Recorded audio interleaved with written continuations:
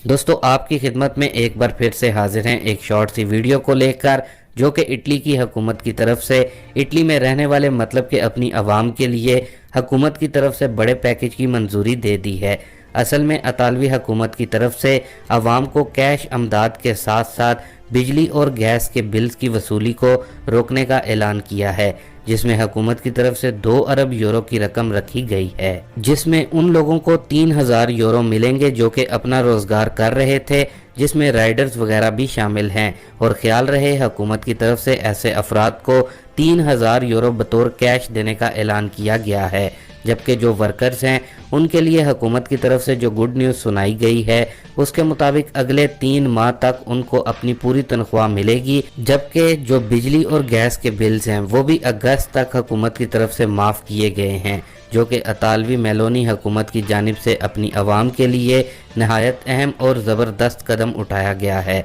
जैसा कि दोस्तों आप सबको मालूम है, इटली में गुज़िश्ता दिनों में जो सैलाब की वजह से हालात मुतासिर हुए हैं उसको मद्देनज़र रखते हुए इतालवी हुकूमत की तरफ से अपनी आवाम के लिए इस बड़ी पैकेज की मंजूरी दे दी गई है, जिसका आगाज़ आने वाले कुछ ही दिनों में